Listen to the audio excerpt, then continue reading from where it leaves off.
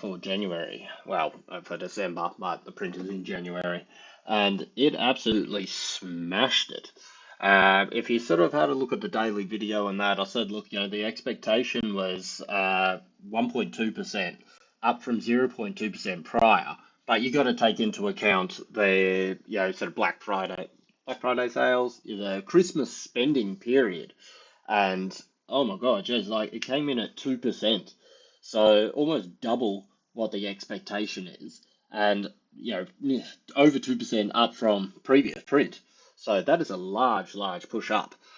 You got to also take into account that, it's expected. It's an expected spending period.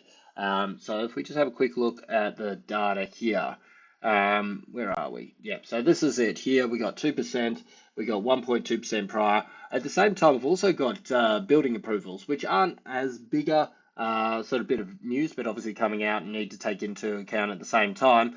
A bit of a drop off, but expected drop off, but it was expected to go negative. So that's obviously still bucked the trend as well. At the moment, we're seeing Aussie push up a little bit. It was pushing up prior to this bit of data coming out.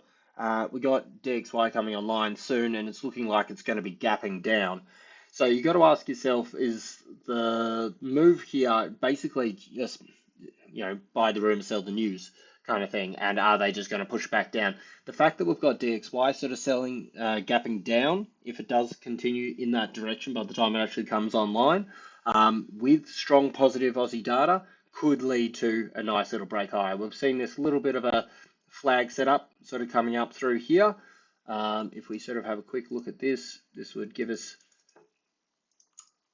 from this break here, a move up to around 67.60, just based on this little ascending triangle break to the top side here. So want to sort of see if this actually holds the move into the close of the hour. If it does, then I think that'd be a nice sort of confirmation. May see a little bit of a pushback on the new hour and then sort of a push on moving up a little bit higher. But certainly very strong data. And this is the thing, they want to raise rates to curb the spending, and people just come out and spend like crazy.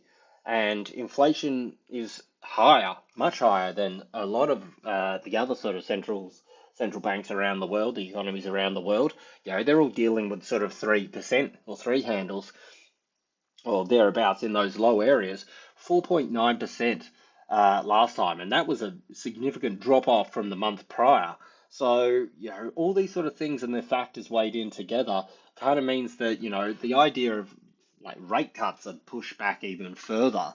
But we may not be done with rate hikes, which is very bullish for the Aussie. Particularly while, again, the rest of the world, they're dealing with sort of 3, pushing down into 2% levels of inflation.